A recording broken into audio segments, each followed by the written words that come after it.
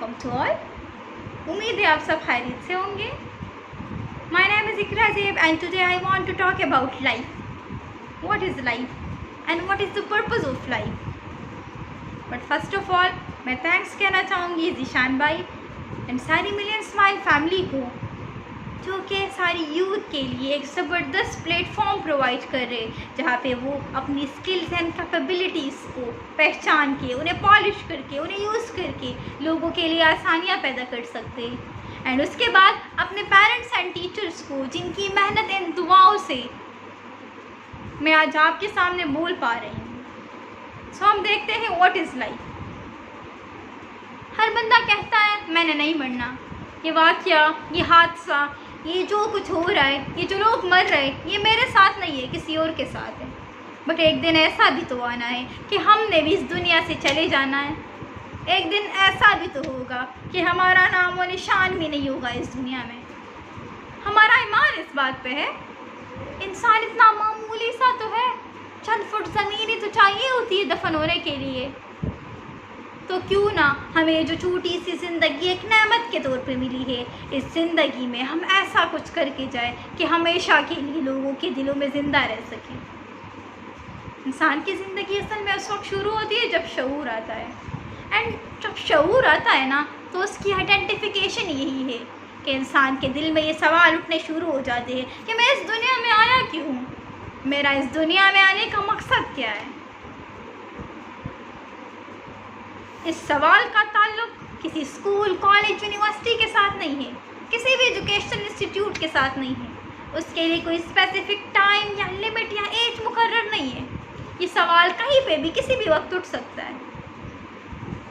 दुनिया के किसी मखलूक के दिल में ये सवाल नहीं उठता। इंसान वो वाहिद मखलूक है जिसे उस रब ने अशरफुल मखलूकात बना के भेजा है, जिसके दिल में ये सवाल उठता है कि मैं इस दुनिया में आया क्यों हूँ, मेरा इस दुनिया में आने का मकसद क्या है। कोई भी जब तख्लीक होती है ना, तो तख्लीक से पहले वो चीज़ बनाने वाले के ख़याल में बनती है। इस पे सुकरात का एक छोटा सा वाक़या है जिसका कंक्लूजन मैं बताना चाहूँगी।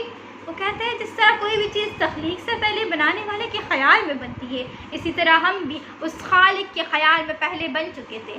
उसके बाद उसने हमें इस दुनिया में भेजा है और किसी ख़ास मकसद के तहत भेजा है।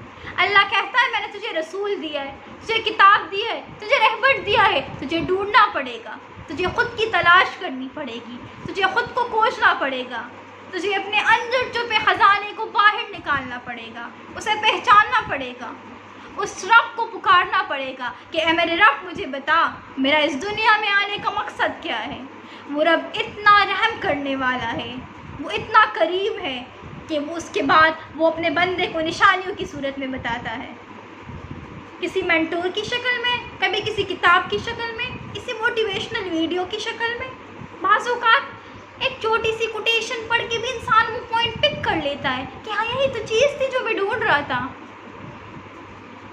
इंसान वो वाहिद मखलूक है जो अपनी तकदीर खुद लिख सकता है। हमारी किस्मत की लकीरें हमारी मेहनत से बनती है, हमारे हार्ड वर्क से, हमारे पेशेंस से, हमारी कंटिन्यूस स्ट्रगल एंड एफर्ट से। कायनात का सारा निज़ाम ये नहीं देखता एक बंदा कितना गरीब है, वो किस रंग का है, वो किस जात का है, वो किस बरादरी का है, इवन ये कि वो किस मज़हब का है। कायनात का निज़ाम सिर्फ ये देखता है कि एक बंदा कितनी मेहनत से, कितनी लगन, खुलूस एंड मोहब्बत से एक चीज़ में लगा हुआ है, वो कितनी एफर्ट एंड स्ट्रगल कर रहा है, वो अपना दी बेस्ट एक चीज़ को दे रहा है।